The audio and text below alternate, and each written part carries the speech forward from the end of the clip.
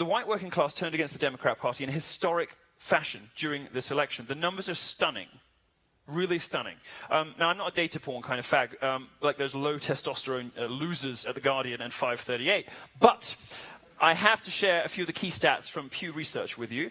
This is the election gap chart. Now, college-educated whites voted for Donald Trump by a 4% margin, which is similar to how they voted for Mitt Romney. Embarrassing. You should be ashamed of yourselves. A little embarrassing, but we know that the never-Trump cucks were all dorky, college-educated, sort of Washington insider types, all kind of college eggheads, you know? But when you look at non-college educated people, the numbers are absolutely amazing. They voted by a 39% margin for Donald Trump.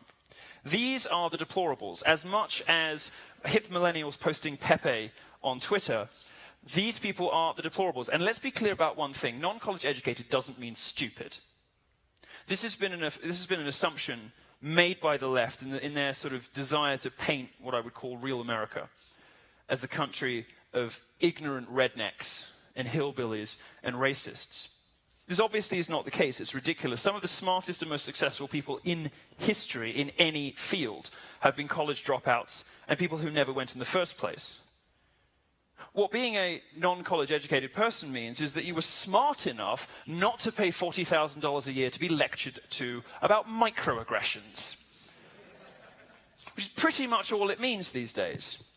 These people who did not attend college, we'll put it this way, a lot of the crew on my tour, for instance, in fact, most of my employees did not go to college or dropped out of college. They are smarter, like I am smarter, than 90% of the people in this room, no offense. Really, really, really clever and talented and brilliant, even if we put the full stops in the wrong place sometimes, periods you call them.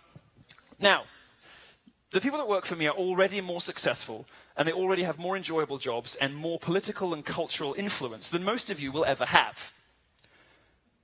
My point is that non-college educated isn't a synonym for dumb, redneck, or idiot. A good 50% of the most successful people I know don't have a college degree. The split among all voters is just amazing. All college graduates went to Hillary by 9% margin, while all people without degrees went to Trump by 8%. We haven't seen this kind of gap since 1980. There's a huge gulf opening up, and it isn't just the racial divide that the left is desperate to kick off. You know, it wants to split us all up, and we'll talk about that in a minute. But there's a gap opening up in America between people who go to college and people who don't. And my experience of America so far very often has been the people who don't go to college are the people I would much rather spend my time with. The people who do go to college, with the exception of valiant souls like you, braving the elements, Antifa, and the ire of your own professors to come and listen to me. Some of the few people who have emerged from the American higher education system who aren't total cunts. So rather than smart versus dumb, it's helpful to think about this in terms of culture, helpful to think of the split in cultural terms. And when we look at the way